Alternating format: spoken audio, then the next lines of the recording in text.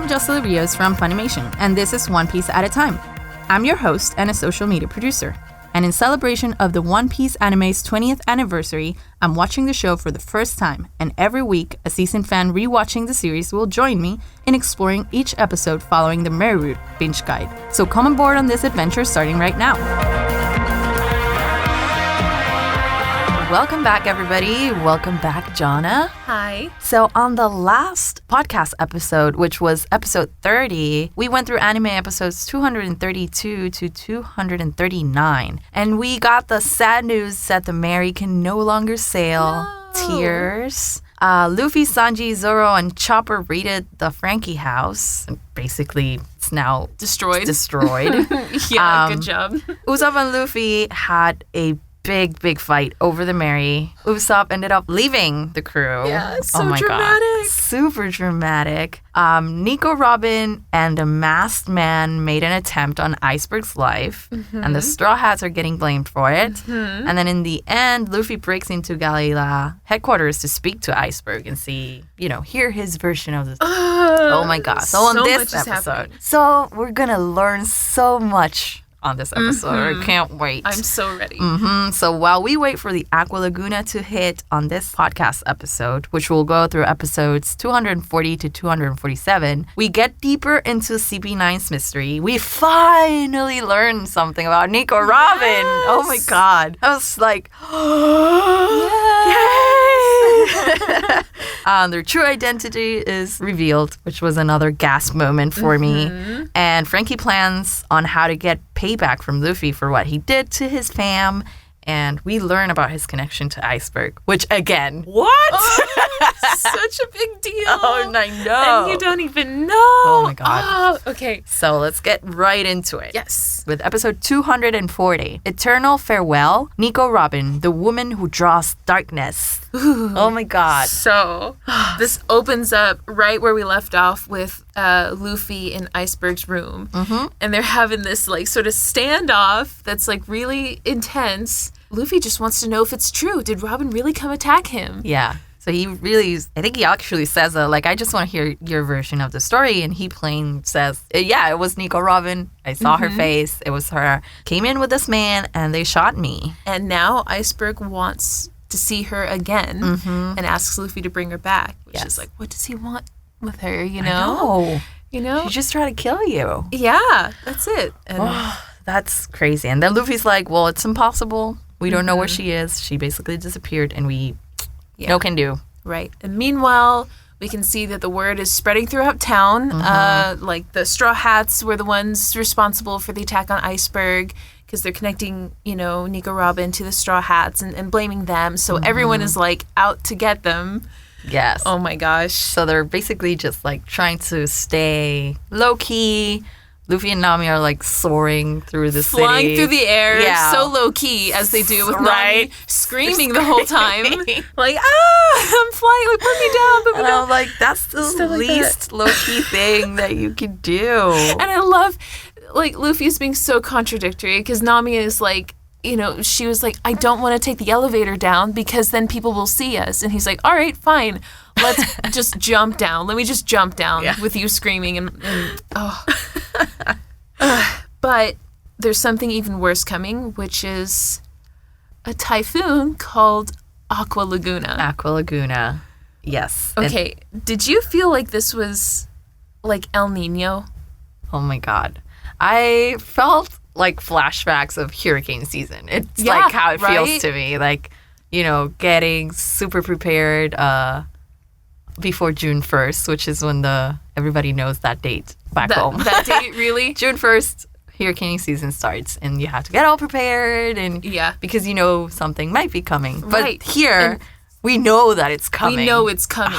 You feel it. Nami senses the weather, and people, everyone is just, it seems like the whole city has a plan for it. But Yeah, I mean, when I lived in Houston, grew up in Houston, like, hurricane season was a real thing. Yeah. But it was almost just like, all right, here we go. Right? What's going to be this year? Like, who knows? That's how I feel. Could be a Cat 5. Who knows? But yeah, so it definitely has this, like, impending doom that we're feeling. Yes, and you can feel the tension building up, like, through each episode of this thing that's coming. Coming closer really gives me the chills.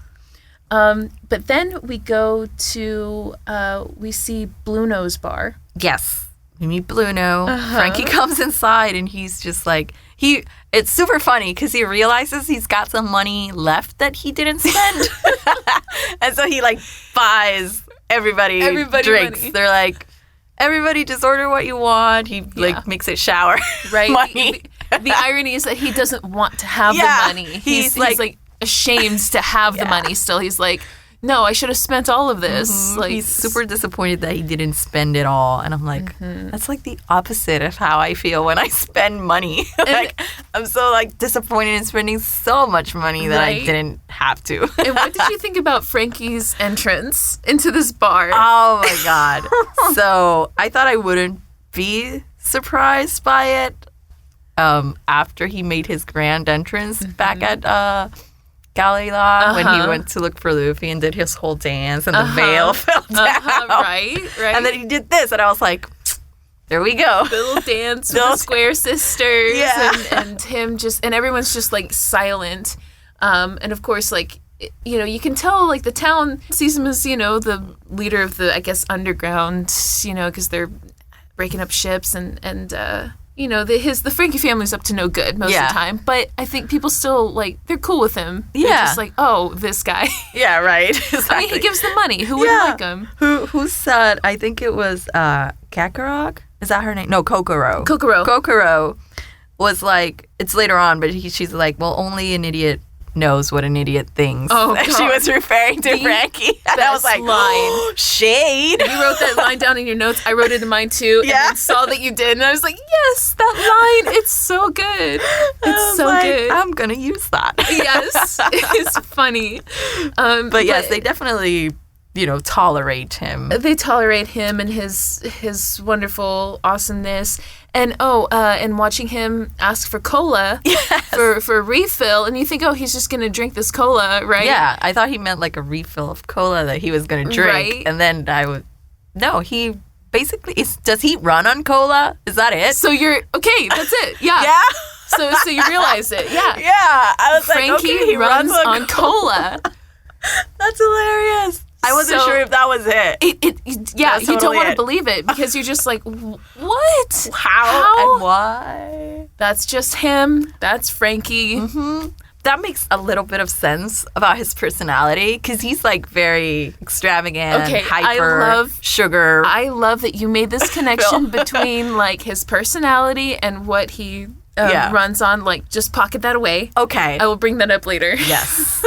Okay, great. Awesome. But yes, I was super surprised when he opened up and put the cola in there. And I was like... And then he charged up and he's like, oh, whew, I'm back. Yeah. I feel like I know people like that who run on cola. That's me. That's me and Diet Coke. Andrew is saying yes. You can't see him, but he's nodding yes.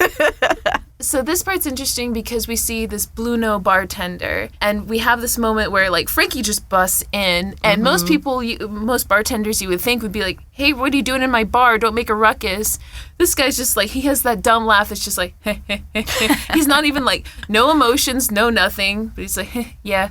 So that's the thing about One Piece. If a character has a crazy laugh, like a signature laugh, that character is important. Like, that's kind of a key. That's true. So, yeah, I definitely, when I met Blue No, his name is hilarious it's to me. Blue No. Blue No, yeah. You are not Bruno, sir. You are Blue No. Blue No. Perfect. I didn't think that he was going to be important at all, and then we'll follow up. We'll follow later. Up on that. Yeah. But yeah, it's interesting because the conversation that Franky's having with Kokoro, right now, you know, the drunk old lady, she mentions CP9. So clearly Kokoro knows about them. Yeah. She's super suspicious of she's the attempt to, like, she's like, I think she talks about the visit that the government made to Iceberg, and then this happened. Yeah. because everyone thinks it's the Straw Hats. Yeah. Franky does too, and she's like, you sure about that? Yeah. You know, because the government has been, watching Iceberg all this time, and there's CP9. At one point, she even, because Franky's like, what, you believe in CP9? And she's like, yeah, they're real, right, Bluno? Or like she refers She to him. says She that? says something along those lines. I can't remember. About But she that. says something like, what do you think, Bluno? Something. Yeah. She refers to him, Think and you're she just knew? like, ooh. But she acted dumb. She did. She's like, oh no, just rumors. We cut to Nico Robin and CP9, her CP9 associates that we can't see. They're in the shadows. Haven't met them yet. And they start talking about a bunch of stuff that I did not understand. It was all very cryptic. I didn't To understand me, my first time watching it it was either. like, this is in the name of CP9, and they're talking about that this is a mission of justice. And I'm like, but you're so shady.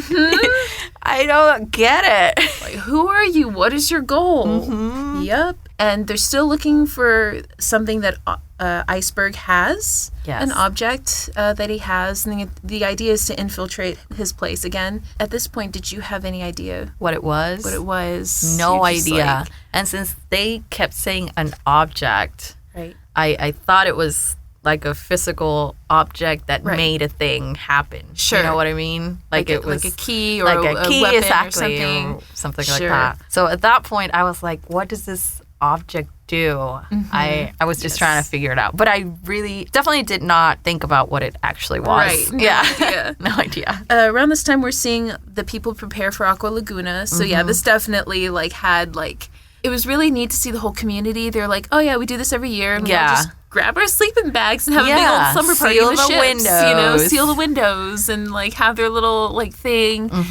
I thought that was neat. Yes. And then, as people, because you can see, people on the streets just doing all this stuff, like the sealing of the windows and just talking about, what's happening. You can sort of feel it in the air, I feel, right? Maybe it's because we've experienced this before, Yeah. this kind of thing before, but I was feeling it. I was Me too. sensing it. But I think the show did a good job of portraying that sort of impending Yes. doom. Agree. And these people, you could see the kids were pretending to be Aqua Laguna, and Yes. it's a very familiar sort of thing in their town, and Yeah. and they're running around, and people are kind of ignoring them, and meanwhile, all the adults Are talking. are yeah. talking, and they're having all these rumors about that are overblown about Yes. what the Straw Hats are and what they're doing. They have 500 followers, whatever they said, members, and gonna attack. It's Who very knows? funny because when I was seeing that scene at the shelter, sorta, that really brought me back when I saw the kids,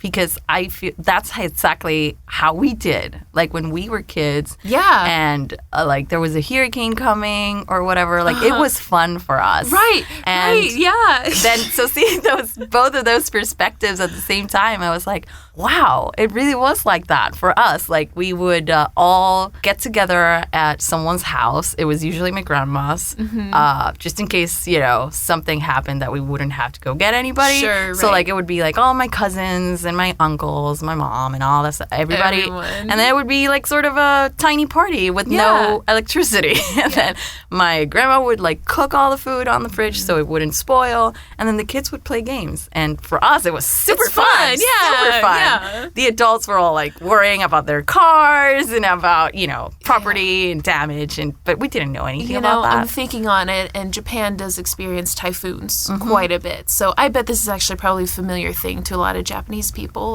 They've probably gone through that too. That's true. In their own sort of way. That's interesting. Wow. Yeah. We see the people sort of talking about the Straw Hats and where they could be, and the innkeeper tells on them that they were staying there, so that now they can't go back to their inn. Yeah, that stinks. And then we cut back to Sanji and Chopper, and this was so much sadness for Here we me, go. the Yeah. end of this episode. Yeah, so the last train to Ines Lobby has gone, and they're wondering, where's Robin? Did she get on the train or what? And that's when Chopper uses his little reindeer nose, his tiny amazing blue scent. nose. Yes, and he catches a scent, and it's Robin. It's and they Robin. find her. Oh, And yeah, and then she just so I feel like she's just stoic. She is very stoic. And like no feelings at all. She's feelings. not letting anything show if there is anything. Exactly. If there is anything. There is anything. Robin, please. And she says, I have a darkness inside me, which is like the saddest and yet most emo line. Like, yes. It's very dark. So emo. Like, thank you, Robin. Oh.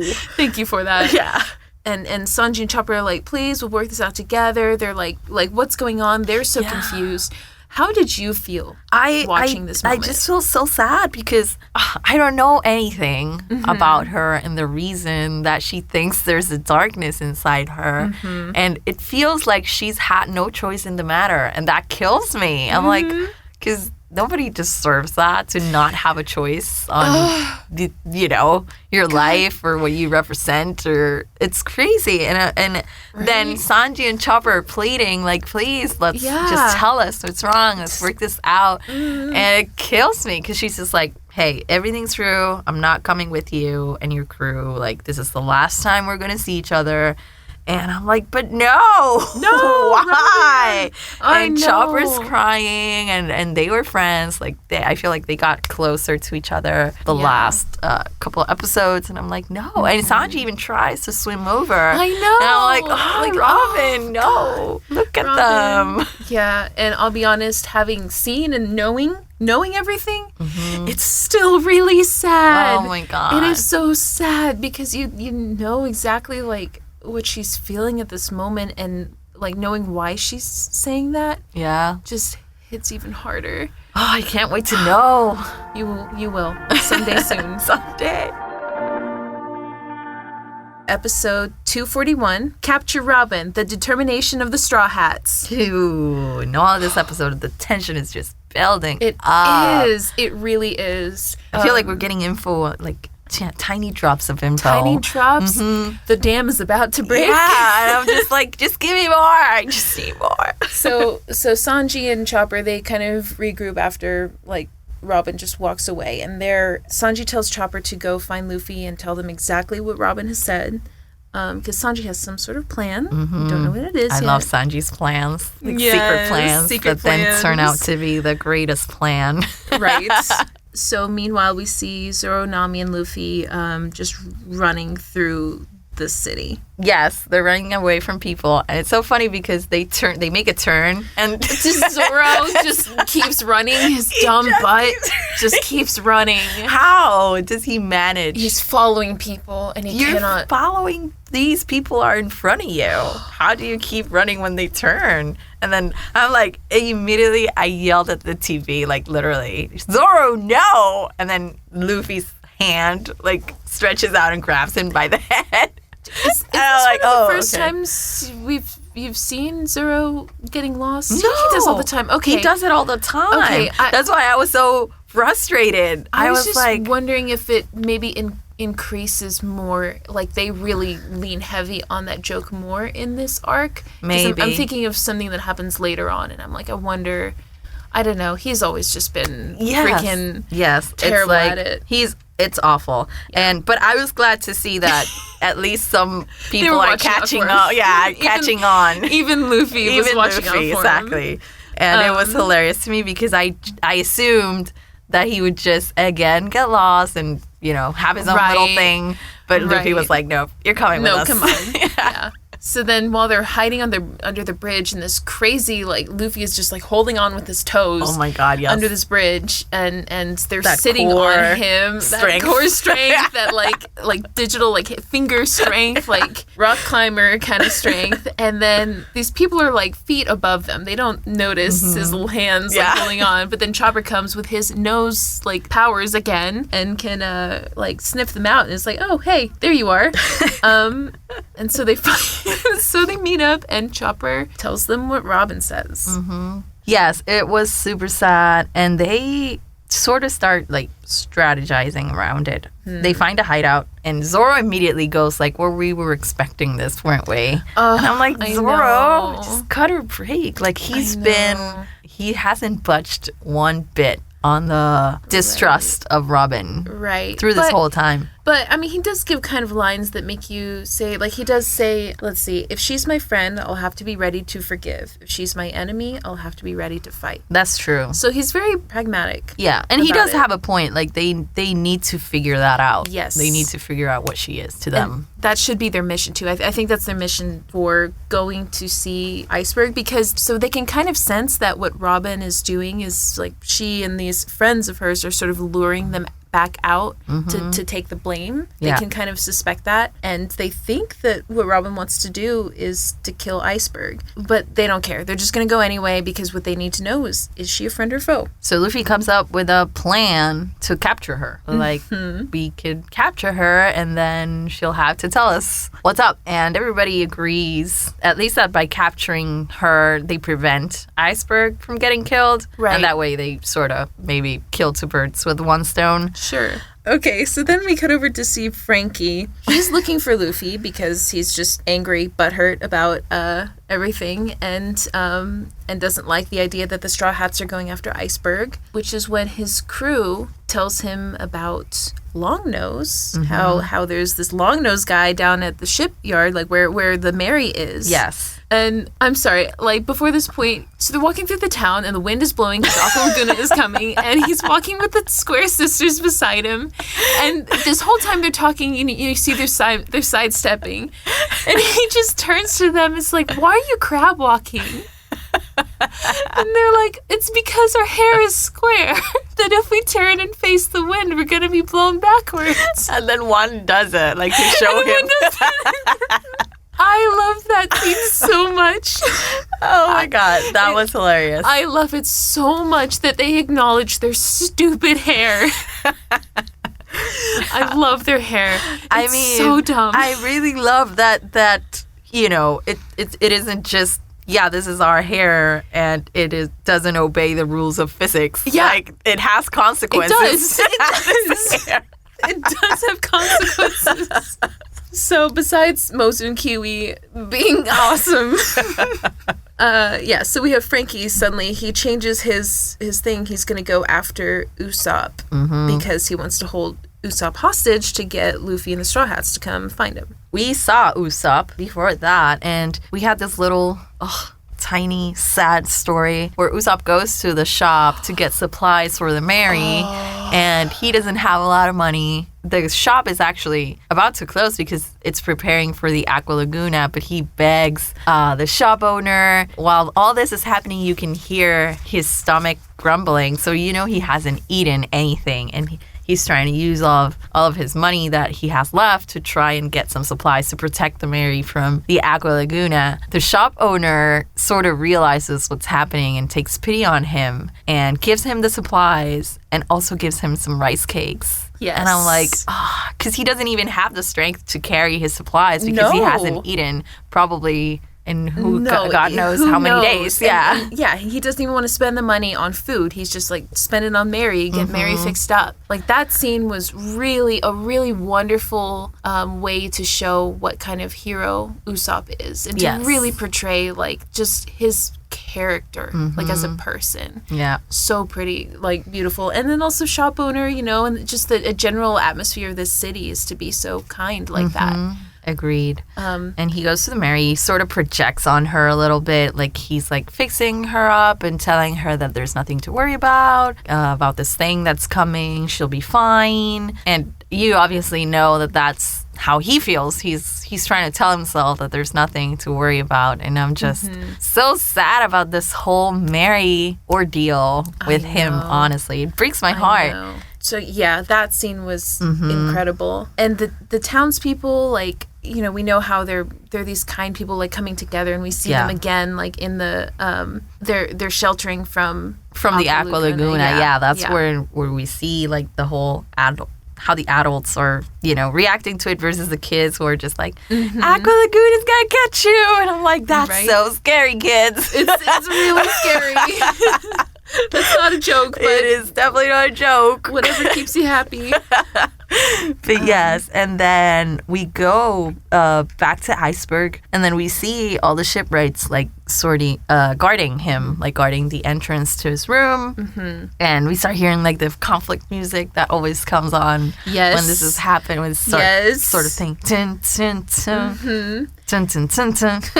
Yes. And then Khalifa is in the room with Iceberg, and she asks, why does he keep a picture of Robin on the wall? True. Yes. And she does ask. We're just kind of like, what? Why does he keep her there? What does he say? I don't remember his reaction, but I mean, he was just he has a reason of some sort. Yeah, I think he said something about remembering that he wants to find her or something like that. I think so. Yeah, so all this tension is building up towards the end of this episode, and we see the Straw Hats moving through the roofs again towards Galila, and also there at Galila, there are two masked figures. We can see that one is Nico Robin. Yes. And then the other one is this bear. And that's where it ends. Yes. With all this tension. Robin and this bear dude, and oh my gosh. And that's where it ends. On home video, One Piece Adventure of Nebulandia is available now on Blu-ray and DVD. You can watch it dubbed for the first time, and it comes with an exclusive interview with the English cast, Ian Sinclair, the voice of Brook, and Michael Johnson, the voice of Kome. Also, One Piece episode of East Blue is now up for pre-order. It'll be coming out September 24th, also dubbed for the first time, with an exclusive 20th anniversary documentary featuring the English cast and the Funimation crew. You can get them both at funimation.com/shop. On to episode 242. Cannon fire is the signal. CP9 goes into action. Woo, CP9! CP9! CP9! CP9's making a move on this episode. Okay, so they're in the trees. The Straw Hats are it's Zoro, Chopper, Nami, and Luffy in this tree, and they're outside looking down on Galila.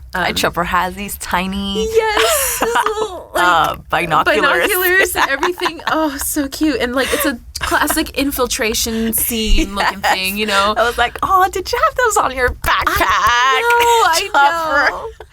And so, they're all saying, okay, we shouldn't barge in. And Luffy agrees. That was hilarious. Luffy's like, you're right. And Nami just died. You can see her die on the inside. Right. And she's like, oh. Why can't you do this more? Yeah. Why can't you do this every time? She can't even believe that he's saying it. Says the person who barged into Galila just yesterday. Right. We go then into the headquarters, and Iceberg asks for Polly. And this scene was so tense for me because we can't actually hear what he's telling him. Yes. But he can see his face, his reaction to it. And I'm like, what are you saying? Stop keeping information from me. Right. CP9 attacks. They make their move. Yes. It's Nico, Robin, and the bear, right? They jump onto the sort of the square, right? They jump in, and then also this other masked woman jumps in. And people, all the guys, the Galila guys were like, oh, let's attack them and stuff. And I had this moment, I was like, do they really think this weird-looking masked person is a straw hat and this bear dude and everything? For us who know them, it doesn't make sense. But then I remembered all the weird rumors the townspeople were sharing, and they were just making up all this stuff about them. And I was like, oh, they probably just think anything anyone could be a straw hat. Yeah, exactly. Anyone that they don't know technically can be a straw hat. Basically. Especially since Nico Robin was with this masked person who attacked last time. They're just, I guess they're all straw hats, right? Yes. They're fighting against these masked people, and then suddenly they realize that the woman on the roof can fly. And I'm wondering, does she have devil fruit powers? What is her power? Right. So there is that moment when you're like, wait, she's flying? Yeah. And they even had the audience members, or not the audience, the Galila people looking around, kind of had them react the way the audience would. Yes, exactly. Which is a sort of technique too. So you're confirmed in wondering, did she really just fly?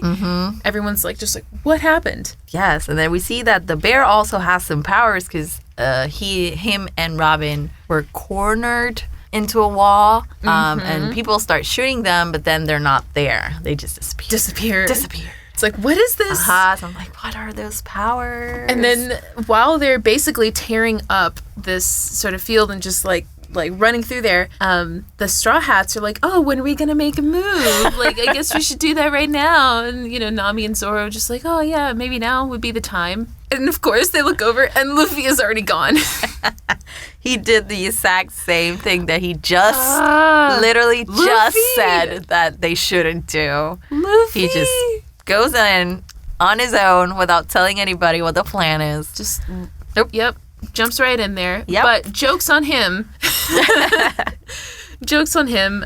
We'll see that in a second. But meanwhile, we know Polly is, like, he's going into Iceberg's office, and he's on a sort of mission. Yeah. This appears to be perhaps what Iceberg told him to do. And so he's going in, moving the desk and reaching in and taking something out of there. Yes. He has this roll from the safe in his hands when suddenly 2 CP9 people arrive. Yes, 2 more people. I'm like, how many are you? Right. 2 more masked people. I think it's I don't remember what their masks are. It was the skull in the bowl. Yes, the skull and the bowl. That's exactly right. And honestly, that skull mask creeped me out. I was like, it is. That one's the weirdest one for me. So creepy. Looked like a creepy sugar skulls. Are they called? Oh, Mexican. I know what you're talking about. I know you know what I'm talking about. But like yeah. a super creepy one, not like a cute Day of the Dead one. Yeah, right. Not a cute one. Just, just weird and staring at you with these big, tiny dotted eyes. Anyway, this is where they introduce themselves. So they say they are the Cypherpol 9 Intelligence Agency, and I'm like, what? So you're government people, right? That's what that means. Yes. Yes. My brain, I was like, right? Wait, so Robin is with the government? Right? I don't understand, Robin. It is so confusing, but yes, I will confirm. Cypherpol Intelligence is basically a branch of the world government, and most of them go around like collecting intelligence, things like that, and there's a number of them, but Cypherpol 9 specifically is this squad that has come in, and they are a very special squad. Yes. So they tell him to hand over whatever it is he has, or the role that he has. This is so important that they have to kill him, they say. And I'm like, whoa, like that is extreme. Like I feel like that sets the tone. Yes. For, you know, how important whatever it is, these people and whatever it is that Robin wants to do is. Like, they literally have to kill people just for knowing about it. Just for knowing that it exists, not even knowing what it is necessarily. Yeah, exactly. Yeah. No, it is really bad. And then at this point, too, you know, because the CP9 guys are talking with Polly, you know, Polly is like, oh, so this is just what you do? You just come and assassinate people? And one of the CP9 guys kind of hints something, and he says, like, no one said this was a simple assassination job. What does that mean? Kind of says, like, this was an inside job. Oh. At that point. You know? We got them hints. And I didn't you're even realize. Exactly. My first time, even my second time, like, watching through this, like, didn't quite catch those moments. I had to go back and I was, like, looking for it. Because I love picking out the foreshadowing and just seeing how far along they've been stringing you. Yeah. And apparently it was long. A long time. They've been dropping hints. Damn. And then we see the bear guy with Robin. They are also now inside of the sort of building and close to where Iceberg is. And what did you think about his door powers? I was like, okay. So I started laughing when this happened because this is like I feel like this is something I've seen before, the whole sort of make the door in the shape of the person, like Tom and Jerry sort of stuff. And at the same time, such a useful power for somebody who's in a secret intelligence agency. Convenient. But so silly. So convenient and so dumb. He's just like, yes, I am now a door. Right, and he just opens up. Opened up like in this shape. I like to think that Robin had to like push him maybe, or like did she just like I don't know, just an awkward moment of it was like I remember that he went like it was on the inside. Yeah, like, he just like he just like turned. We're both just like turning right here with our arms out. Yeah, like. Exactly. You can't see us, but we're turning as human doors would do. And it was hilarious, but at the same time, it's such a tense moment. Right. Where they're getting into... you almost can't laugh at it because, like, suddenly, like, now Nico Robin is here facing Iceberg and, like, this is it. Yes. You know? Oh, that was great. Oh, man. Great example of laughing at a serious moment. Yes, and then it just kind of prepares you for the more serious moment, like gives you a little laughter so that the drama hits better, because then he straight up just shoots an appetizer of pain in Iceberg's shoulder. Yep, that is exactly how he describes it. Exactly. And I was like casually just calling something an appetizer of pain. You shoot a guy. You are a terrible person. You shoot a guy and call it an appetizer. Like, I was like, that's such a good line. Right? Like, and then it's just an appetizer, so what's the main dish? You know? I was like, whoa, Bear. You just literally opened yourself into a door. Right. Door bear. Just dishing out the pain. This is the point when Iceberg is like, oh, so the Straw Hats had nothing to do with it. It was CP9. They're like, yeah, you know, it was our plan to take the blueprints from Iceberg all along. I'm like, what blueprints? What are you talking about? And he just keeps talking about it as if I knew. As if you knew. Yeah. Yeah. And you're just in pain, just wondering.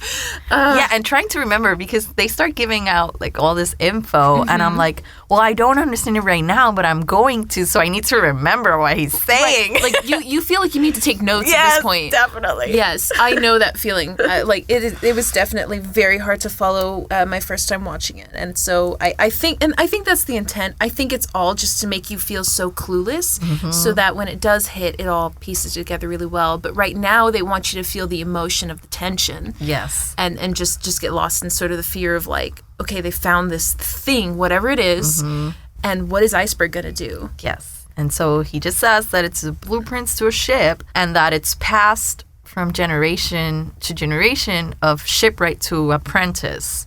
So they figured, since the last person who had it was this guy's mentor, then he should have it. He should be the one to have it. Right. And I'm like, so it's the blueprints to a ship? Yes.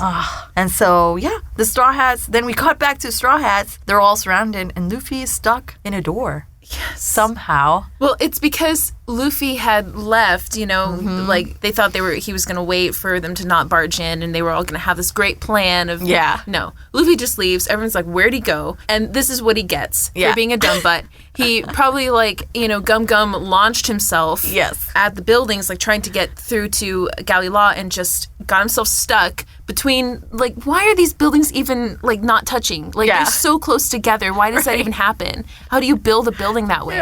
But Luffy gets himself stuck in there. And meanwhile, like, we had this thing leading up to it where, like, Nami, Zoro, Chopper, they're, like, running through. They're like, oh, we gotta go. Like, I bet Luffy's already in there making a ruckus. And they make this plan based on how dumb Luffy is. And how he's probably just already in there. And they're like, okay, well, since everyone's gonna be distracted by him already, let's just go right through the front door. And they do without even thinking. And he's not there. And they get surrounded, and Luffy is just up there stuck like Dumbo that we love. And that's where the episode ends. That's it. And I'm like, wait, can we go back to the ship and the blueprints? Episode 243, CP9 takes off their masks, the shocking true faces. It was shocking. It was a very shocking moment to me. I can imagine. Okay. Nico Robin and the bear guy at Iceberg's room, and he's like, I'm gonna go take care of the guys outside. Right. And he goes to take care of them. And he we see him then just sitting down on one of the chairs, and everybody's like on the floor or knocked out or something. And I think one of the Galley Law guys comes to fight him, I believe. The one that yells really loud. Yes. The loud guy. Yeah. So, which no wonder Iceberg didn't, you know, choose him to go find the blueprints. Super loud. But so this guy comes up, and then the bear mask guy takes him out with a move that he calls Iron Body. Did you notice that? I did. And he sort of like turns into iron, so he doesn't feel like but you don't even visually but they don't even portray it visually. Exactly. Like, he doesn't change. He's just clearly stronger because this guy just gets knocked the heck out. And he was one of the strong Galley Law guys. And I was just wondering, like, what were your thoughts at that moment? Because you see him have this power, but you already know he has the Door fruit power. I was confused. I was super confused. I was wondering if that was, you know, just a move that came with the Door fruit, sort of like how Luffy has different moves. Sure, right. So that's what I was thinking at that point. I was like, well, I guess it's just part of his power. Right.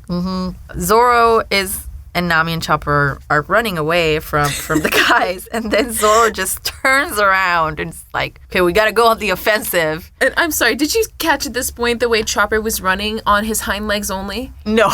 He's running like a person in his like full-on deer form. Really? I don't know if you, I'm did pretty not sure that's what it looked like. all. And I was like, why are you running like that, Chopper? Aren't you faster on all fours? But anyway. That would make sense. That was great. And yeah, so Zoro goes on the offensive and he's like, oh, I'll just hit them, because they were like, don't kill them. And he was like, oh, I'll just hit them with the back of my blade.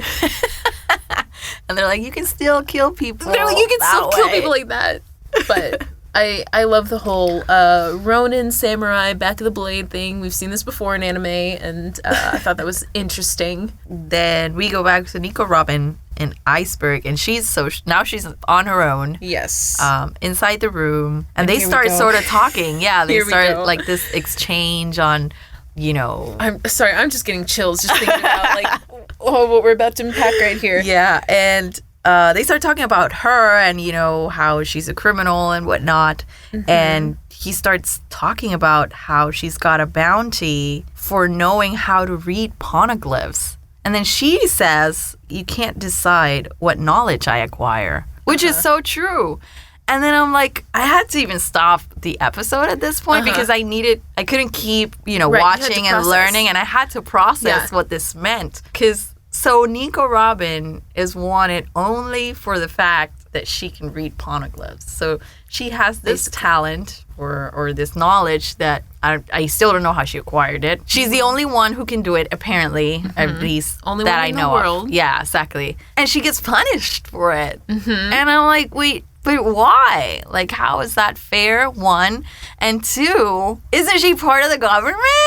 I'm like rocking and internally screaming right now because I'm so excited for you to hear the whole, like, how it plays out and why. And but I don't get it. Yeah, okay. So, like, it's her. At that point, I was thinking, so is her being a pirate and the whole bounty thing real? Or is that like a facade since she's part of the government? Or is the government part the facade? Like, I am so confused. Yes. Right now. And it's even hard for me to quite remember what was true and what was being faked at the time and what was... Okay, so I can clarify this. Yes, Nico Robin is the only one in the world of One Piece that anyone knows of who can read the poneglyphs. And that is something that the government has put a bounty on her head for. That's why they want her. Yeah. Is because she can do this. Because reading the poneglyphs is important. Let's just leave it at that. This is when Iceberg, he questions her motives. If you have this ability to read these poneglyphs, which are important, why would you join the government or CP9? That would mean she's like a power for the government. Yeah, exactly. That's why they want her, is because she's a power. So yeah, I can see you have this question of like, you know, why is she with it? It is unclear. One thing to think of is, I mean, is she really, has she always been part of the government? Right. You know, we don't know. And so a line that Iceberg says here is really important later on, and he says, a weapon can never bring peace to this world, only destruction. This is the perspective that Iceberg has on weapons, and from his experience in the past, whatever that might be, it has brought him to this point where he really doesn't feel like there's any reason to have a weapon in the world. Like, they don't bring peace. Essentially, this is kind of painting Robin as a weapon herself. She is basically a weapon. Yes. So we start to hear more about the blueprints and what they are. So I'm going to let you go ahead and tell me what you know, what you're hearing at this point. Basically, yes. So he talks about the blueprints again, and he says they are the blueprints to the Pluton, which is a ship, but it's also a weapon. And then I remember Pluton was the thing that Crocodile was looking for in Alabasta. You remembered? Yeah. Ooh, you're so good. That was what Nico Robin was helping him with to read that poneglyph to try and find the Pluton. And I'm like, wait. Let's go back. Yes. So good job remembering that. I know. I was like, wait, it's the same Pluton, right? It is? Yes. It is the same thing. So answer this, though, then. The poneglyphs were supposed to lead Robin to these blueprints. Was that what they were theorizing? Okay, so the location of Pluton is supposedly written on the Alabasta poneglyph. So this is the thing. Of the actual thing that the blueprints make. Gotcha.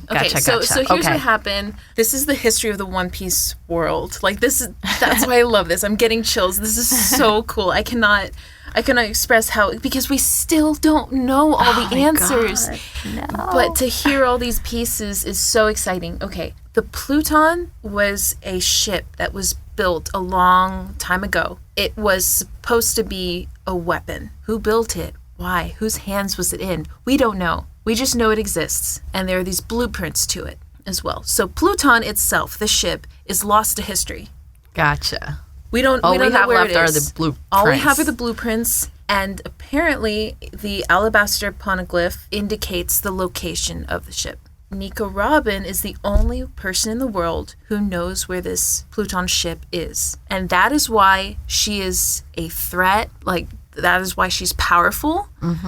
That's why the government wants her. And that is why Iceberg and all the previous shipwrights of Water 7 have kept this weapon. Because it was built on Water 7. The Pluton ship was built there. Yeah. And so that's why it's been passed down. So he's keeping these blueprints because if someone were to find the ship and use it, and this weapon were to fall into the wrong hands, the world would need to create another ship to fight it. Yeah. And that's why they're keeping on to this. That's why he can't just shoot Robin and just kill her. Yeah, it's basically this kind of like, and I you can't remember. Just kill somebody who's the only person to know one thing in the world. Exactly. That's the thing. It's like she has this sort of just, it puts Iceberg in this catch-22 where like he doesn't want to if we lose Robin and someone takes the blueprints and makes the ship, then we don't know where the Pluton is, the original one is. Yeah. It's a weird situation. Yeah, it's super weird. Like you don't want her to just be on the loose without knowing her intentions, but also you can't just kill her. Right.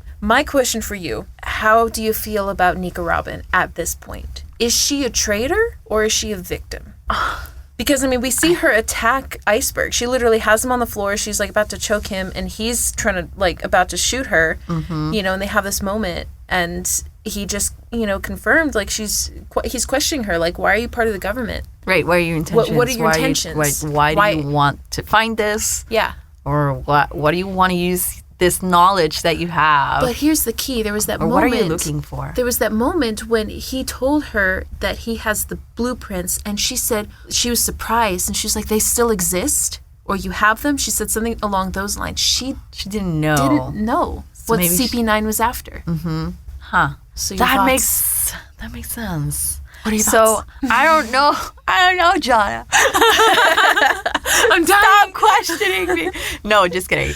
I am so confused at this point because I really like Robin. When I discovered what her bounty is for, like, it's just so unfair. Right now, what you just said, that she doesn't know what they want the blueprints for. So she's just thinking about the poneglyph part of it all, which is the knowledge that she's trying to look for, which is her mission, or she's always talking about her mission. So, I mean, I don't feel, I'm sad. Like, I don't want to say that I feel she's a traitor, because I know deep in my heart she has a reason for what she's doing. I just don't know what it is yet. So I can't hate her, call her a traitor yet, although I am a bit sad of communicate, people. Just communicate your needs. Yeah.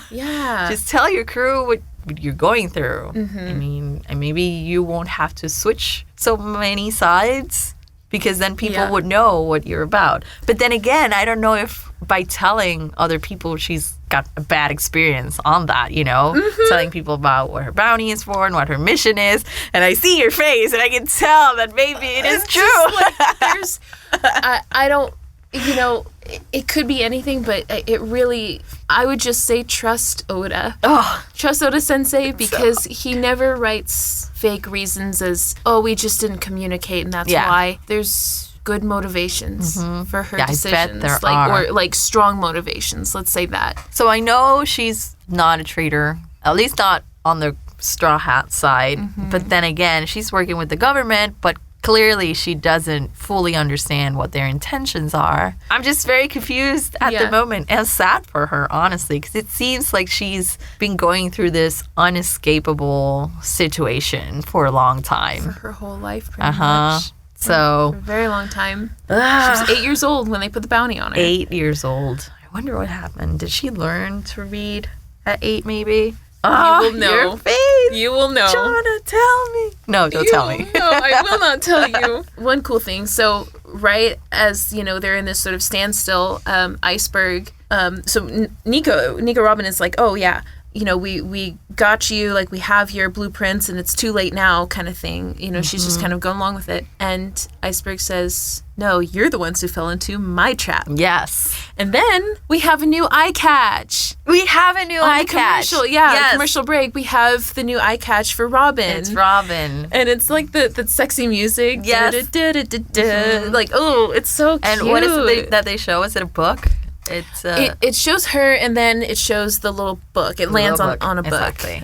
Yes. I was like, yay. I mean, I like Luffy's eye catch, but I was glad to have another one. We're getting her music is cool. Yeah. It is. I really liked it. Very sexy and fitting for her. I mean, I love it. After this, we go back to Polly confronting the CP9 members who just came into the office. Basically, we see him that he's all like shut up. Right. Like, he's got these holes in him and they're bleeding. Yeah. Looks like bullets. Looks like bullets. At this point, shot. I thought they were bullets. Yes. Later on, I'll understand how he got them and why we didn't hear a gunshot. And so Polly is on the floor and like, rip Polly. And I thought he was dead, honestly. I mean, I really did. Who knows? But I even put in my notes and then went back and changed it. They said he dead. Oh my God. Yeah. Because I thought he was. You'd have thought. So these CP9 guys go over and they take the blueprints. And okay, this part makes me so mad. But this is when Polly is like, Iceberg told me to run, but I decided this was my idea. I decided to come back and get them, get these blueprints because they're the fakes. And he tells them that those were the fakes. Why did he do that? I don't understand either. It would have taken them forever to realize they're fakes. Right. Or it could have, I don't know. They could have even tried to build whatever it was in there. Like, it would have been maybe a toaster. And they, right. Probably, no. A ship that makes you toast, you know? Exactly. It's like, there you go. Saving the world, one fake blueprint at a time. And then he just told them. They could have just left. They could have just, they would have left. They would have gone on their little ship and gone on their merry way and then found something out. We would have had time to like heal and recover and plan. Yep. No, Polly. No. Poor planning on your part, Polly. I don't know what you were thinking. But it does show how Iceberg is a really good guy too. Because I was thinking for a while before I remembered that Iceberg had told Polly, like, don't try to get these fakes. Just go. Yeah, it's not worth it because they're fake. Like, for a minute I thought, like, did Iceberg really command Polly to go get them and lure the CP9 to the fakes? And because that would have been cruel because, you know, Iceberg would have known that Polly would have been shot. To his death. But then I was like, no, like, that's right. I remembered, like, so Iceberg told him no and Polly just did this on his own. Yeah, did it on his own, made a plan to lure them to the fakes, but then told them that they were fake. Yeah. Okay, Polly. Yeah. Luckily, Luffy bursts in through the wall. Yep. And again gets stuck. Luffy needs to stay away from buildings right now. Yeah. But he's like all stuck in there, and this skull guy does a Tempest Kick. And kind of kicks him out of the wall. Yeah. And basically, he and Luffy and Polly are stuck there now. Mm-hmm. Yes, they trapped them with these weird views. Yeah, weird little like things. Yes. Yeah, I don't know what those are. Those are weird. So they're trapped on the floor, like stuck to the floor, and they're just Polly's like, he's not gonna give up, and he starts yelling, "This sucks!" I feel you, man. Yeah, in a very Luffy-like manner. And then Luffy just joins him. And they're just yelling, "This sucks!" Right, you have this moment where you're seeing Luffy, like, look over at him a lot. You know, and actually, one thing I kind of noticed in this whole scene, in this whole episode, like, the scene where Robin and Iceberg are talking about Pluton and stuff, it was going back and forth on their faces and doing a really crazy sort of fisheye lens moment, which was cool. And then also in this scene where the skull guy does the Tempest Kick and stuff, and then the moments where you're going back and looking at Luffy's eye, like directly a lot when he's looking at Polly. These are all just like, these scenes stood out to me. Yeah. They're just a little bit unusually done. And I was trying to figure out, like, was there a special director on this episode? Was there something different? And no, it's all the same guys as always. You know, the series director was the director of this specific episode too. But I mean, I don't know. They were just like, maybe they just thought this was such an important episode. They were just going to try some cool stuff. Cool stuff? Yeah. It was good. I liked it. We go back to Iceberg's room, and then we see all of CP9 convene in the room. The guys who were just at Luffy, the skull guy and the bull guy, and the bear, and the woman, and Nico Robin.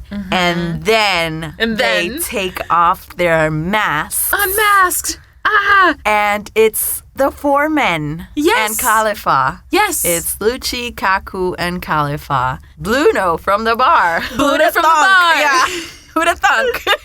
Yes. But it was a four-man. I was like, wait, what? Who'd have known? Yeah. You were supposed to be good guys. It's one of the CP9. You were supposed to be, like, trusted. Right. You were the kind, guys. Bartender who made a really simple laugh at Franky and gave him the cola. I'm glad Iceberg called for Polly and not somebody else. Yeah. I mean, it makes you really think that Iceberg kind of knew. Yeah? You think so? I think maybe he, at least suspected something or knew that Polly was more trustworthy than the others for some reason, even if he couldn't pinpoint it, maybe. Right.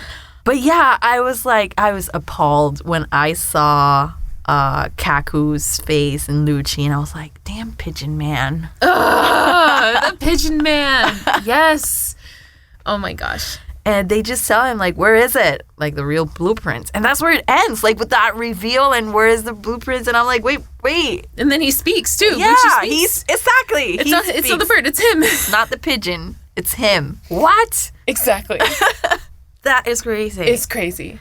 Before we continue to the next episode, I think this is a good moment for the social question. Do you think it's fair to get a bounty for knowing or wanting to know something? So that was the question that we That's a good made question. people. And we got a lot. We got more than 200 answers on Facebook. So wow. Yeah. Y'all were interested. Yeah, That's this cool. has been one of the questions that has gotten the most answers, I feel. And it was very interesting because we had a lot of divided opinions. I was very surprised to see a lot of people saying that, yes, some information, it is fair to getting a bounty or getting punished because there's some information that should be always kept secret. And I was like, whoa, guys. Whoa, that's hard. Yeah. That is hard. It's so tough. I'm going to read some of the I'm answers excited that for we these. got. Yeah. Wow. So I wanna hear what people said. Yes. On Twitter, our first answer was hilarious because it's a screenshot of the manga. Uh-huh. It says Franky has the answer, and Franky says it's never a crime just to exist. Well, thanks, guys, for a little bit of spoilers, but appreciate it. Yeah. Appreciate it. I don't know what that means, at least. So. I mean, he does that. He does have that answer. He sure does. Rand M says, depends what you want to know. If you want to know how to create a destructive weapon, then of course you'll have a bounty out on you. However, it's all in the context. I'm not sure if I agree with that. But I don't know. I can see that. Like, yeah, it does make sense. I feel very strongly about who decides what info who can have or not. Because, you can find on YouTube how to make a bomb, for example. Yeah. But that doesn't mean you should go ahead and do it. Right. Who is it on? Is it on this person that shared this information? Is it on the person who made the bomb? Like, it's so tricky, I feel. Yeah. Giovanni at Prince Keeley says, yes, because that's how life works. Bounties are just about how dangerous you are, and it doesn't only mean strength-wise, which I didn't understand, but I was surprised about the yes, because that's how life works. Well, I think he's saying, like, the danger, it's not just how physically strong you are, it's how powerful you are mentally, too, like, knowledge-wise. That's knowledge true. is power kind of that thing. So, yeah, I feel you on that, dude. A professional fool says, it's not fair, but when a morally reprehensible group fears the result of knowledge, that's what happens. Just having knowledge shouldn't be illegal. If you're concerned about what will be done with the knowledge, you shouldn't have done whatever you're afraid of people learning about. Boom. That's a good point. I think this person brings up a point, kind of how I see it. I think having the knowledge should not be punished. I think the actions you take on it are what are punishable. Exactly. But having it. Like, that's the sort of, like, fine line, definitely. I feel like, yes, because, like, for example, I bet there's a lot of state secrets that we can't know because of people's security and maybe the way to get that information, which would be basically hacking or something like that, could be illegal. This doesn't mean the knowledge itself is illegal. I think it comes down to an issue of trust. True. You're a super secret, important person, and you have information about something that could change the world, and someone dupe comes along and like hears about it. It's up to you. Do you trust this person to keep it secret? Yeah, exactly. And if you don't, you're probably going to want to be able to punish this person or take them out. Crazy. It is. Anyway, what else you got? Dee Knox says, wow, surprised to see so many people in this thread saying yes. Should it be illegal to know information? Hell no. And in this case specifically, it literally is the world government trying to control information to increase or maintain their power. So hell no. I agree. And Anime Binge Man says, absolutely, things are kept secret for a reason. I don't believe, however, that it is wrong to be in pursuit of the truth. It's fair. It's so fair. That's fair. I do a lot of these. It's hard to say anyone's right or wrong. And then I'm going to pick some from Facebook. There were a lot on Facebook. Oh, Facebook guys. It was all great. There were all great answers, everybody. Sorry that I couldn't, just read the 200 ones that we got. So I'm just going to pick a few. Pete McPhail says, well, given how much the government in One Piece wants to hide the truth, I think it's reasonable they put bounties on people who know the real truth. Rayleigh knows what happened during the Void Century. I wonder what his bounty is. And then Mark Thomas agrees with what you just said a little bit earlier, saying, no, knowing something isn't the same as acting on what you know.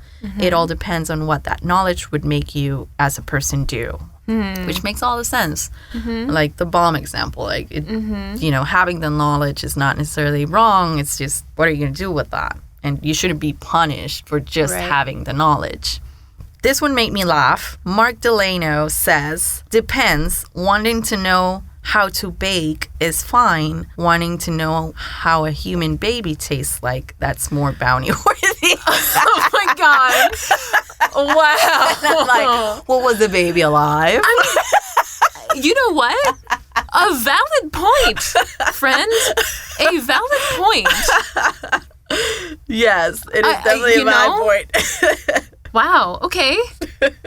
So yeah, they were all great answers, everybody. Thank you so much for sharing your good discussion. It was a great discussion. So don't forget to be on the lookout for a social question every week on our social media, on Facebook, One Piece Official, and on Twitter at One Piece Anime.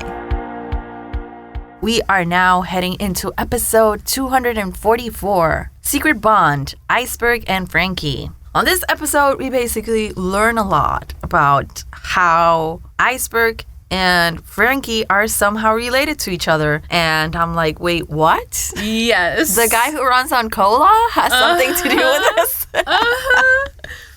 Yes. This episode starts out on just a moment that's really funny because you were in Iceberg's room, I believe, or we're somewhere, and someone basically asks, where are the blueprints? Okay, so just reading a scene 101. If a scene ends on a question like that, where are the blueprints? Where is the thing? Who is this person? Pay attention to the next thing. That's going to happen. The very next scene. Who is there? And they immediately, after saying this, we see Franky with the Square Sisters out looking at the Mary. The Mary. Mm-hmm. Yes. He went there to get Usopp. You know, his plan to kidnap Usopp. I didn't catch that, Jonna. This is just a little hint of like. Thank you. You know, you just gave me a tool. Yeah, it's. Wow. I hope it doesn't ruin it for anyone. I don't think. Really so. hope it doesn't. It makes it exciting for me, so I hope y'all feel that too. Yeah. And so now we see the whole storm is a brewing. Mm-hmm. The winds are getting stronger as they're out at the ship to basically nab Usopp. Yes, exactly. I think that's what all we see for the moment. Yes. And then Zoro since he went rampage, he sort of gets lost from everybody. We don't know where he is. And then Luffy, who was trapped with Polly, last we saw him, he sort of stretches himself out of the... Yeah, just like, it's easy because I'm rubber. Yeah. And he just squeezes out of the trap. Could have done it quicker, I feel, but maybe, okay. Instead of just yelling, "This suck," for like 10 minutes. Look, we all got to take a moment to just kind of yell our feelings. True. It's fair. But yeah, so he's finally freed, and he helps Polly out. I believe this is around the part where we learn a little more about C9. Yes, we go back CP9. into the room where the center of this whole ordeal is happening. There's a lot of talking going on between Iceberg and the CP9. We just got this big reveal. And so basically Lucci starts explaining CP9 is like, so apparently this intelligence agency has, they're like the eyes and the ears of the government, right? And they have like different groups, I guess. Cypherpol, yeah. Cypherpol exactly. has like all these different groups, and CP1 through 8 that are on the ground, eyes and ears of the government, kind of creepy. And then CP9 is the secret group that nobody knows about. Yes. They don't know what their mission is or who their members are. And they have one thing that makes them special, one sort of privilege. Yes. So they train and get these sort of powers, right? That's what they said. Yeah. They train specifically, have these powers, and they are also allowed by the government to kill. So essentially, they're like a group of assassins. I mean, let's just say it like that. That's true. That's kind of what they are. They tell them that the government basically wants to use the Pluton as a weapon of justice to end the Great Pirate Era. Since pirates are just running rampant around the world, and this ship would allow the government to take control of that. Basically, yeah, that's a lot. It's to a process. Lot, and that's not even. That's not even the whole of it. I can't even. I don't want to give anything away. It's epic because that's kind of like the whole stance that like they seem to take on this is like, okay, it's a mission of justice. We get this Pluton ship. We defeat the whole Great Pirate Era. One thing that Lucci says is that recently the government has been thinking a little bit differently about things, kind of acting differently. Something along those lines of just like government's stirring up. And I was kind of wondering in the moment, I was like, what does it mean recently? I wonder if it's like ever since Gold Roger was executed and announced like that the One Piece was all there. Out there. I don't know if that was it, or maybe it was more of the recent things that were happening with like Water 7 or maybe with Nico Robin. I don't quite know. Interesting. That's an interesting question because it could definitely be since Goldie Roger, which was when the pirate era started, right? Yeah. I feel it could also be when Crocodile was defeated. Very good point. Crocodile was part of somehow. I'm not sure I understand well, but I do know that he was part of this group of lords, like, right? Yes. That are government sponsored. Basically, right? That's a very good way to put it. So I don't know if that sort of changed the order of things, and they were like, you know what, it's just end all of this. That's actually a very, very insightful point, because I think you're right. That may be why we're bringing up CP9, because Cypherpol is just part of it. Like there's sort of this. There are a lot of gray areas in what is part of the world government and what is pirate. Yeah. And the in-betweens of that. And when that gray area, it all works so long as no one stirs the pot. Yes. But when that starts breaking down, which is kind of where, Crocodile is, like he's in that position of he's a pirate, but he's, the government is in agreement with him sort of, and kind of turns a blind eye to his actions so long as you scratch my back, I'll scratch yours. And then that power shifts and... and what now? What changes? And he was also defeated by pirates, so that caused some stir. Right. I'm guessing, because justice was brought on by pirates, not the government. If pirates are causing so much disruption, specifically the Straw Hats, right now, I don't know if that has anything to do with these new decisions. What is their motivation? I don't know. But either way, they think that they're in the right for getting hold of these blueprints, and that's what CP9 is out here to do. And so they really want to get these blueprints, so they test Iceberg's pulse to interrogate him, which I was like, that was horrific. Yeah, very CIA of them. Yes. And they basically are asking or telling him this hypothesis. See how his pulse reacts. And at the same time, there is this one scene where we see Kokoro, old lady Kokoro, and the little girl walking through the town. And the girl is questioning how long she's been drinking, and saying, "Oh, Kokoro, you've been drinking all your life." And Kokoro says, "No, only for the past 8 years." Yes. And so you're like, "Oh, what happened? What happened 8 years ago?" She knows. We'll find out soon. So that's why. Meanwhile, while they're testing Iceberg's pulse, so they start interrogating him. Well, not interrogating him, just telling, like you said, their hypothesis. And so their blueprints have a name. They have names on them. The fake ones. The fake ones. That Cypherpole is looking at. One of those names is Cutty Flam. So it turns out Iceberg wasn't the only apprentice that Tom had. We learned. Iceberg, and Cutty Flam. We learned. Their names are on there. Yeah. So we're like, I gotcha. And so they start telling this whole story about, if this guy is the second apprentice and he'd be the one, if it's not you, then he'd be the one to have the blueprints. But the thought was that the second apprentice had died. Exactly. And if he hadn't, then where is he? And so they figure he would stay close enough. Right. And so they also seem to, especially Khalifa, says she remembers the name Cutty Flam. She heard it once before. And this is where we see this really cool flashback. Yes. Basically, that Iceberg seems to be having as well. Wait, what was the flashback? Oh, yes. So the flashback was Franky came to visit Iceberg. And he asked for him and said his real name, which was Cutty Flam. Yeah. So Franky is Cutty Flam. He's the one who could have the blueprints. And he grew up basically with Iceberg. So they're really close to each other. So, exactly. So it wasn't just that Franky or Cutty Flam walked into, Galley Law to come meet with Iceberg. They kind of indicated that Cutty Flam had died 8 years prior to where we are now. And then 4 years later, he showed up. Yeah. Basically, everyone had thought he was dead. Oh, I didn't get that part. I thought Jonna, you have opened up a world for me. So I didn't get that. I knew that he was supposed to be dead, and then he came visit. But what I thought was, I didn't know the reason he hadn't been there for 4 years. I just assumed that because he then was the one who had the blueprints, that they sort of faked his death.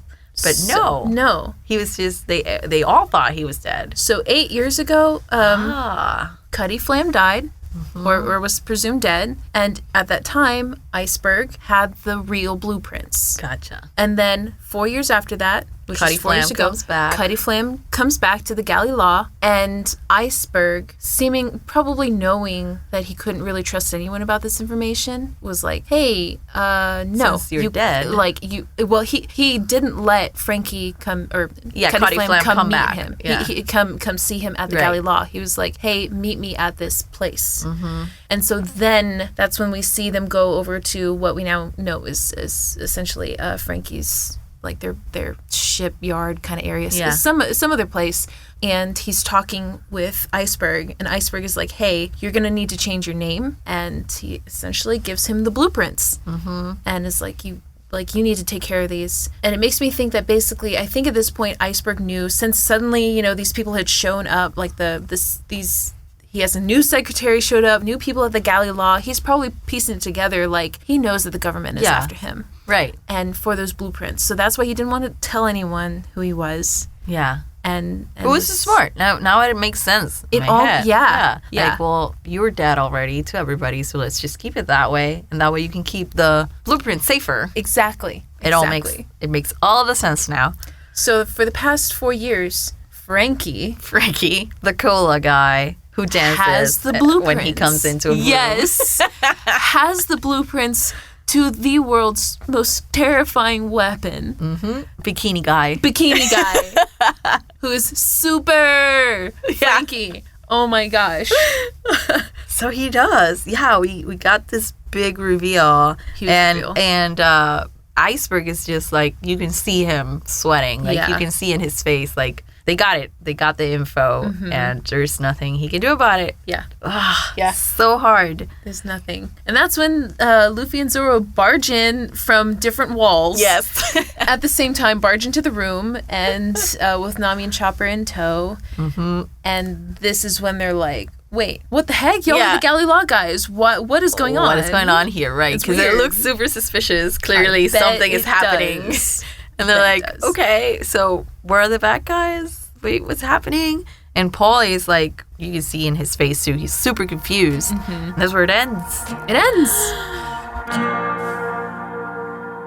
Episode 245, Comeback Robin, Showdown with CP9. Showdown. It's a showdown, guys. Yes, and this is where basically Paulie and the Straw Hats learn the truth about like the Galley Law guys, CP9, the foremen. It's like, oh, you guys were CP9 all this time. It's you all this time. Oh, and then before, by the way, the camera sort of shows like the people who were knocked out outside, supposedly, and it was all fakes. It was all fakes. They put the little thing on his nose, like a fake nose. Fake nose. That was so clever. Yes, I love that. So yeah, Paulie learns the truth, and he's like, what the hell? And they immediately go for him, and Luffy defends him. Like, he sort of steps in front of him so that they can't hurt him. I mean, but he's already pretty hurt, I feel. Yeah, and then Lucci just, like, finger pistol stabs Luffy in the throat. Yes. We see, like, his finger... Right, like going through, and you're just like, ooh, yeah, right? Not a good feel. You feel it. But yeah... Luckily, Luffy is impervious to these sort of blunt attacks. Mm-hmm. And that's where we realized, or at least I realized, that's like the gunshot wounds that Paulie had were just like finger. And that makes sense because he had such a weird face on when we see him. When we cut to him, he's all, he's shot with all these holes on his body. And then the camera goes up to his face and he's like super confused. And I didn't realize, like, I didn't understand why he was so confused about it. So in my mind, it should be like somebody who just got finger pistol would be a little confused. That's fair. That's a valid point. Yeah, super confused. Probably very just like alarms. Why did I just nearly get poked to death? Okay. Like, super powerful poke is basically what it is. So then, this is where Luffy he just confronts Robin. And he's asking her why. Why are you with these guys? Yeah. And Robin says something. In order to make my wish come true, I'll make any sacrifice. What is it? What is your wish? What is your wish, girl? You don't get to know. Tell me. I don't get to know. But I know, and it's beautiful. Oh, my God. Beautiful.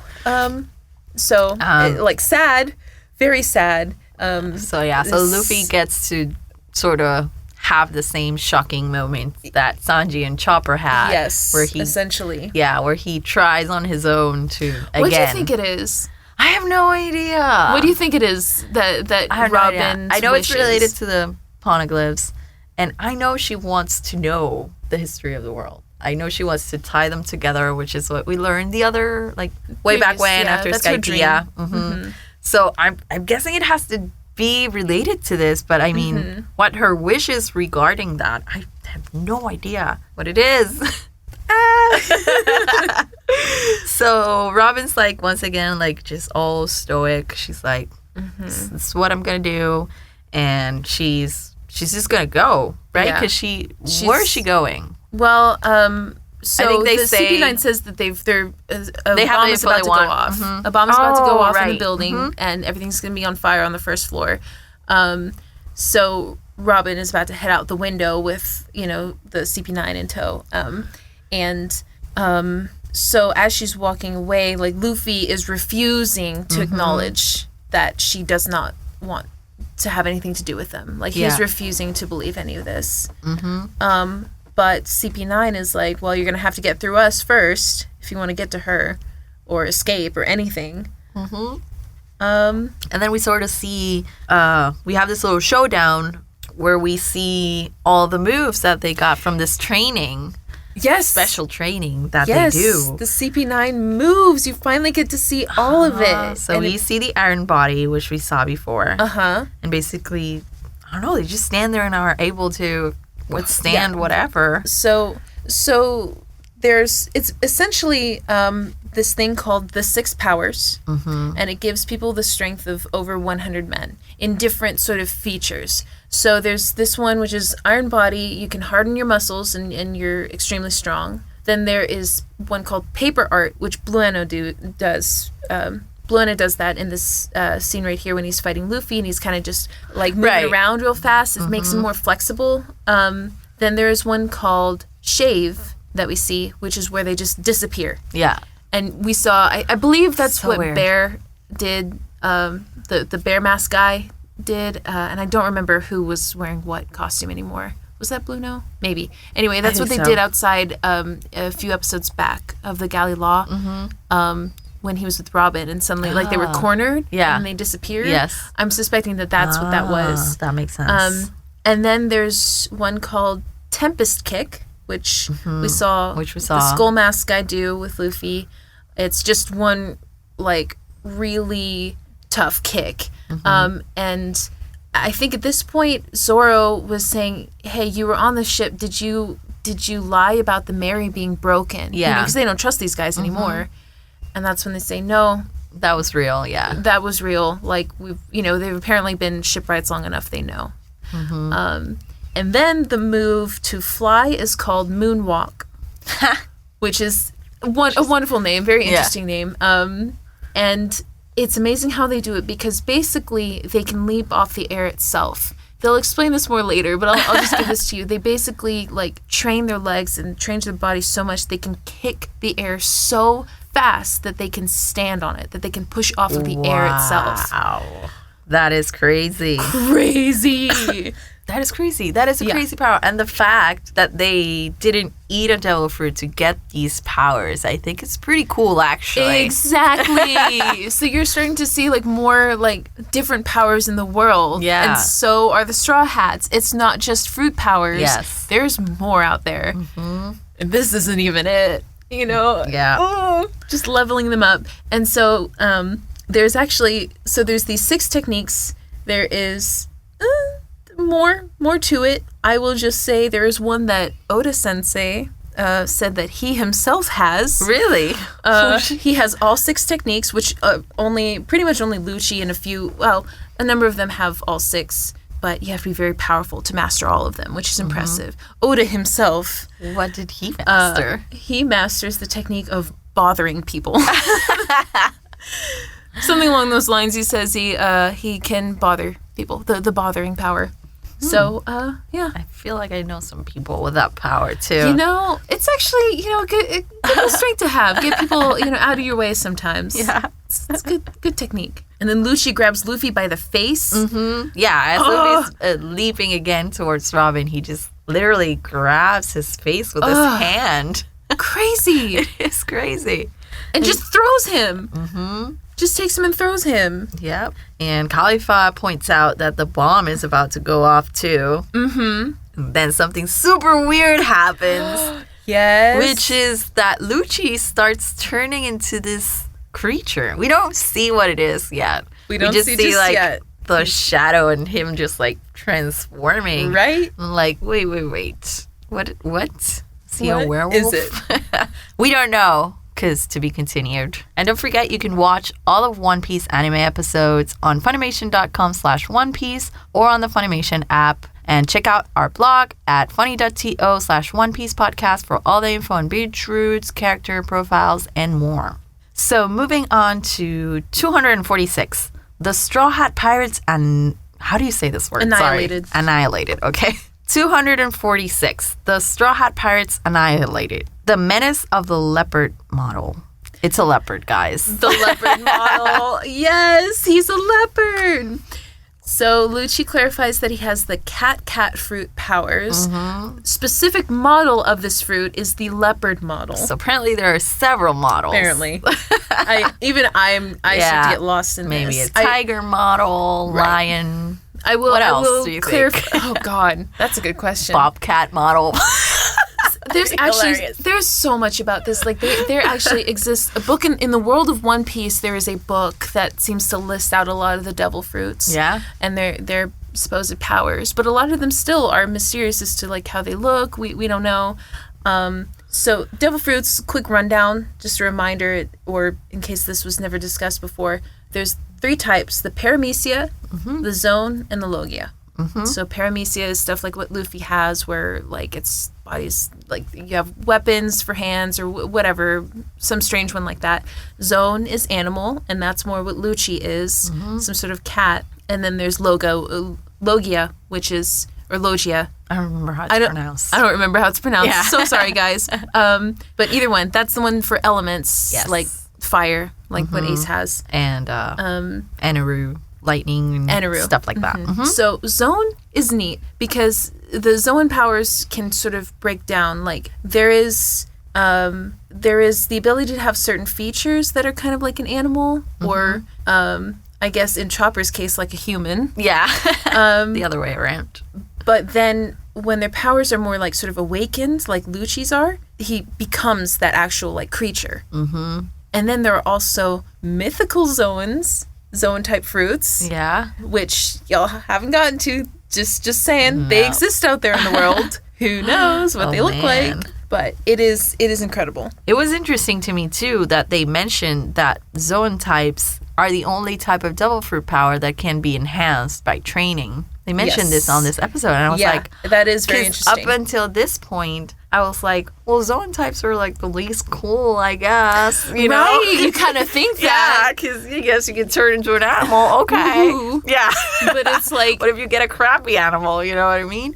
But you can actually enhance your power. You can train that animal form, which is pretty cool in itself. It is really cool. Like, if you think about Logia types, there are some that, like, one, they can turn their body into the element, but they can also, if they're awakened, sort of, they can control the elements around them. I know this isn't exactly part of the series, but like in One Piece film Gold, there's a character who can control gold. Not only can his body turn to gold, but he can control the specks of gold that are on the ship. Like that gives him sort of control, power. Yeah. So there's layers to Devil's Fruits. So it is definitely neat that there's more that you can do with than just having the power. Yes. You can make it more powerful. So you start to see it here. Yes. More layers, which is super cool. Yes. Like, it's not just eating a fruit and getting powers. There's definitely a lot more to it. Yes. And then the bomb goes off. Yes. Yeah.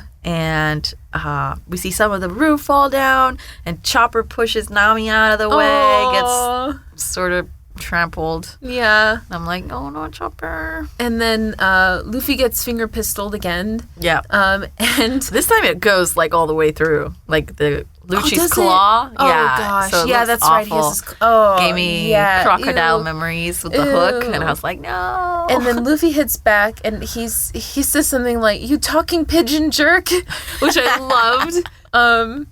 But basically, he gets thrown out. And then Zoro gets thrown outside too. And we kind of follow this scene, which I thought was interesting. Did you notice that when Zoro gets thrown out, he lands all the way into the sea? Yeah. Which I'm not even sure if Aqua Laguna has flooded the waters yet. So I don't know if it's at the higher level of the city yet, or all the way out to past the whole city and into the ocean. Oh, wow. I can't really I'm not sure either. I'm not sure. But either way, as Zoro is falling into the water, we see that the buildings go down way further. There's like layers of windows in these buildings deeper into the water. Yep. Which is neat. And which we will learn more about. A little more about soon. Right at this point, because basically Usopp and Franky are now together. Yeah. Basically, we see that Franky is crying. We see that Franky's crying. He's very moved by Usopp's resolve and his love for the Mary. Right. And I think the girls are crying too. They're all weeping, they're all just sobbing. I'm sobbing. I don't know about you. Yeah. Just we all know the story. And so basically Usopp is kidnapped, but he's still just focusing on fixing the Mary. So we essentially see that, okay, something must have transpired, and in this time between when Franky was going to kidnap him and where they are now, apparently Franky helped pick the Mary up and bring it to his little he didn't yard. which I thought was a very nice gesture for somebody that up until last episode we thought was just a bad guy. Yeah. Like, he didn't just kidnap Usopp and left the Mary there. Yeah. He took, like, the whole ship, too. He took the whole ship. Yeah. Everything. And Usopp, and then meanwhile Usopp is telling him the story of, all their struggles together with the ship and how they got there. So they're crying. Franky's crying. And also Franky's telling him, like, you don't need to do that now because, like, we're super safe in here. Right. We're safe in here. You don't need to leave. Oh, there was this one point when Franky was so moved. He was like, "Oh, I'll sing you a song. I call it Severed Friendship, North Wind Chop." Yes. Which, what kind of name of a song is that? I have to say that I was a little disappointed that I didn't get to hear it. Yeah. And this is the thing. I even, like, it's been so long. I forgot Franky could even play the guitar. Or if he can, I don't even know. I forgot that he has this kind of musical aspect to him, this superstar aspect. Yep. Showman. A very showman type. Yes. So, yeah, they're basically, just talking. He's telling Usopp, like, you don't need to prepare the ship anymore because you're safe here. Which turns out, like, the kidnapping ends up being better for Usopp then. You're right. Because, I mean, Mary's safer in there anyways. Yeah. So he should be happy. He should be happy. But then he's like, no, I still need to fix Mary. One quick note. So remember before I told you to pocket the concept of Franky and his personality and Cola. Yes. So your point before was like, it kind of matches his personality. At this point, Franky is serving Usopp tea, and he's drinking tea as well. And drinking doesn't necessarily do anything, but I'm just wondering, what do you think would happen if Franky were to drink, or not drink, but be powered by tea? Interesting. So would he be like all mellow, do you think? Who knows? Maybe. But yeah, this is the thing. If he's powered by soda, can he be powered by other drinks? Can he? Is that a thing? Is it? Is it? Or a coffee? He'd be all hyper and productive. Who knows? Very office-like instead of like showman, maybe. Interesting. But I will say, like, no, it's Cola. Cola is his thing. Okay. That ain't really changing anytime ever. I would like to see other beverage types of Franky, honestly. That'd be fun to watch. It would be really neat. So the Franky fam is kind of talking about the city itself, and this is where they explain what's happening to Water 7. Yes. So basically the city is sinking. Do they say why? I don't remember if they say why. Essentially that the foundation is sinking. Just whatever is beneath it down into the ocean. Who knows? I think they even show, like, before the city had, like, land and it had, like, an a outer land and stuff. Yeah. Outer city kind of stuff. Yeah. But all of that is now underwater, and all we see now is, like, the fountain part, which used to be just, like, the top of the city. Yeah. So really very sad. much like Venice. Yes, it is. And so the whole island was sort of kind of had this hopelessness to it until the sea train, which I love so much, came along, and that was invented basically to connect this island to other islands, so it was no longer so isolated and it wouldn't be forgotten. Exactly. Because the people have like this hopelessness of, I'm here, this island is sinking, and not only are we stuck here, but no one knows, no one is coming. Yeah. So that the sea train sort of allowed them to not only live knowing that if something was to happen, they have a way to escape, but that, people can just come and go and people will know about the island and be able to visit. Exactly. Do you think I just thought about this, but do you think that's why they're so welcoming of strangers? That would make sense. Maybe. That they're just so friendly because they have so many guests from all over the place. They're used to being a very open sort of city. Yeah. That's a good point. Yeah. But yeah, so the sea train was created by Tom. Yeah. And the train itself is called the Puffing Tom, which aptly named. Yes. And so Tom is this mysterious, sort of person that Franky and Iceberg were apprentices for. He made this cool train.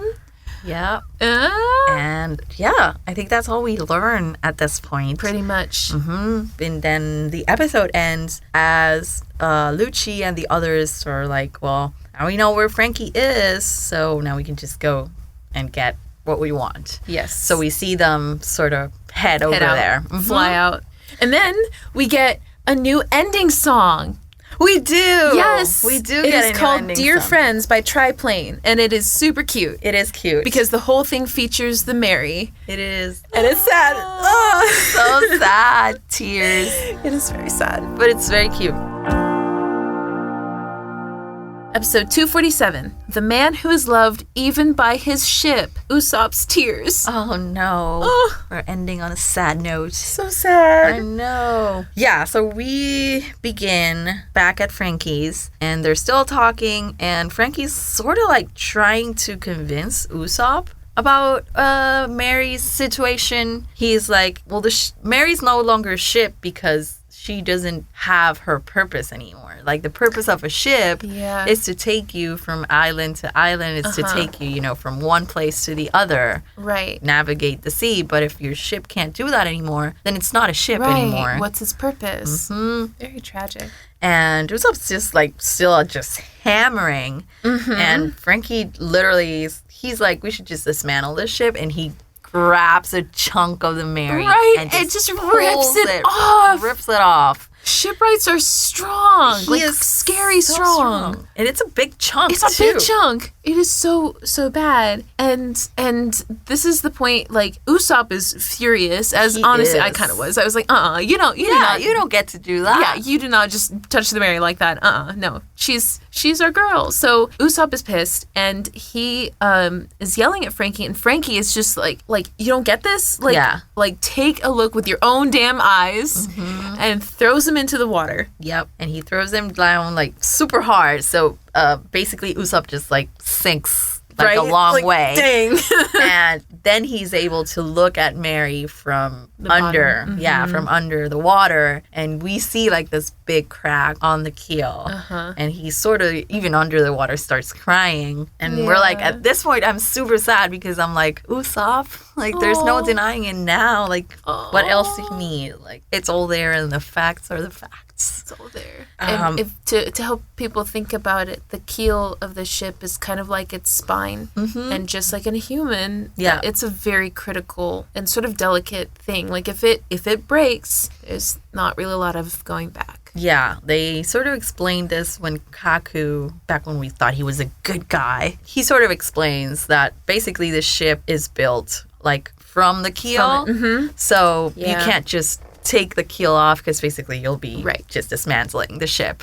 So, and then at least at this point, I thought, well, Usopp, there's no denying it now. Maybe he'll come around, but not at all. Like, he just gets out of the water and grabs the chunk of the Mary that is super big, so he can't just carry it. Right. He's like struggling. Takes the longest time. Oh my God. He does it. He comes back and puts it back. And they let you see every single second of that struggle. Second, like a whole minute of he just trying to, carry this and back dropping to Mary. it and carrying it. Oh, yes. So sad for the longest time. And honestly. he finally gets it back up on the ship, and he's, hammering away and like trying to repair and like, I'm sorry, Mary, or I'll fix you up. And Franky's just like, what the?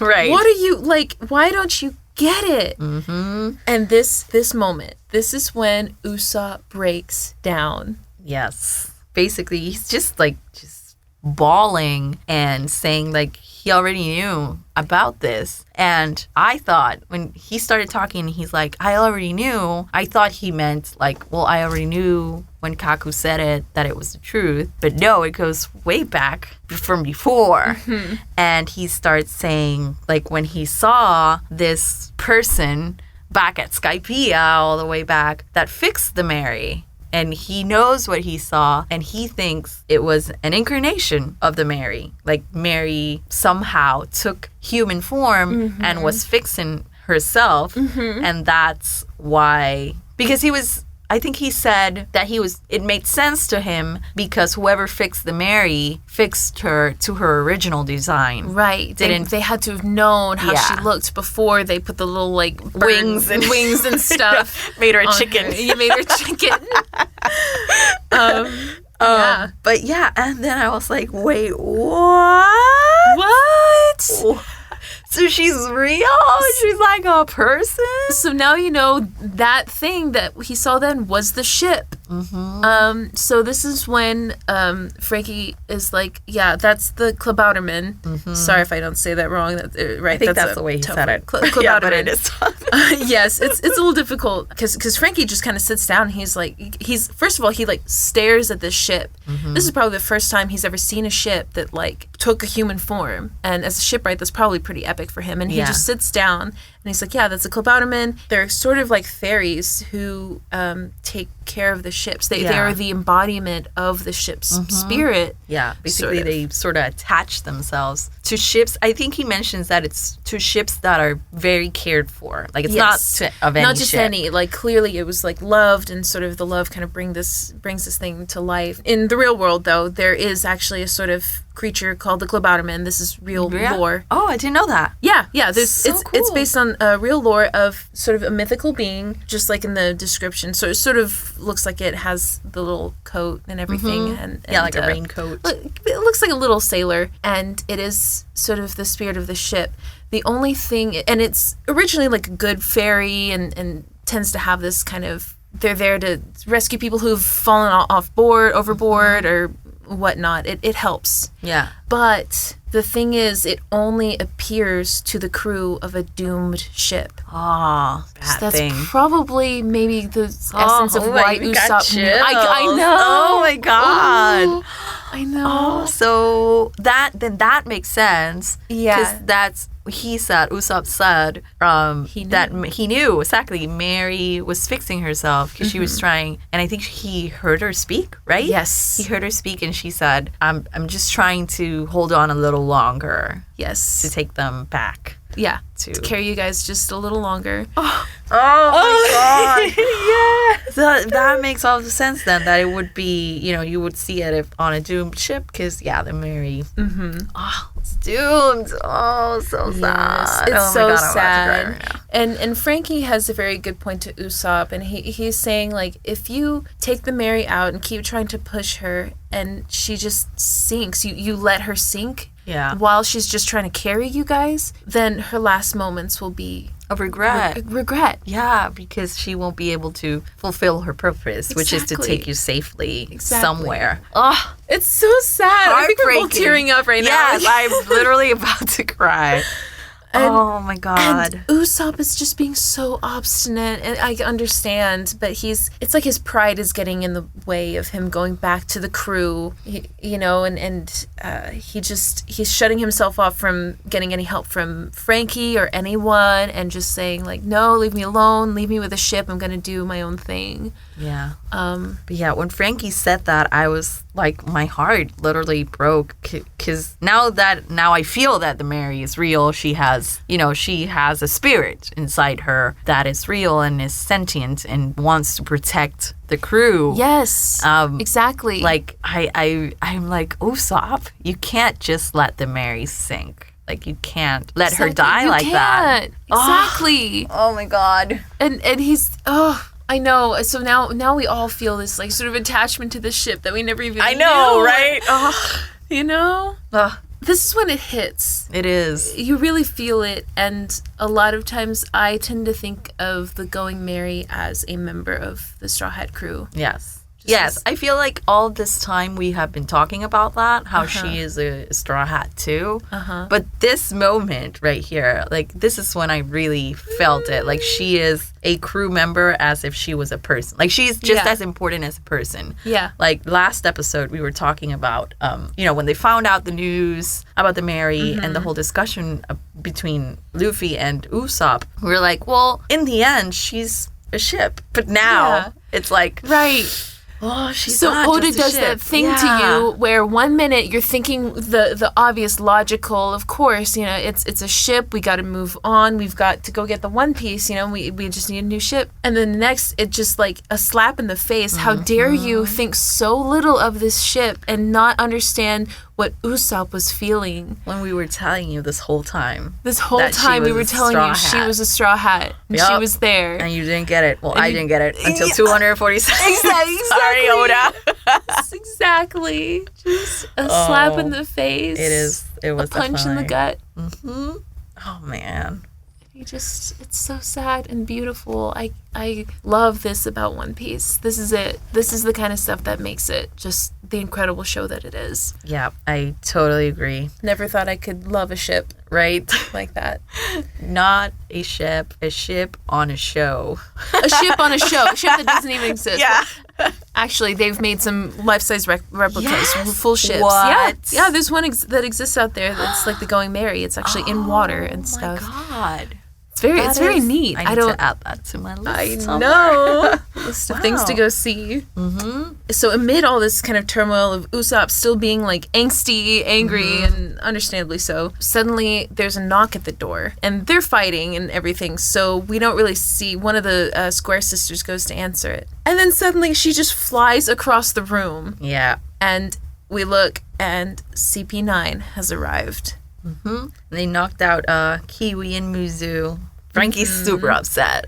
Yeah, I mean, I would be too, but he's probably just like, what the heck? You're knocking out, like, my friends. What in the world? And so they just got there, and it's Khalifa who knocked them out. And they're like, sorry, we just wanted to come in. And that's where it ends. It ends as they arrive. And now we don't know. I don't know what's going to happen now. Right. To be continued. To be continued. Who knows? I don't know what's going to happen now. I want to say that... So CP9 just arrived. They'll demand the blueprints and probably have a fight with Usopp and Franky. And hopefully Luffy will come in. I didn't see Robin. Was she there when they arrived? Them? Yeah. I don't remember. I don't believe so. No, I didn't think so. So I wonder where she is. And yeah, I just hope that somehow Luffy gets here. And just, I want this to be solved. I want to know what the blueprint, like where the blueprint is.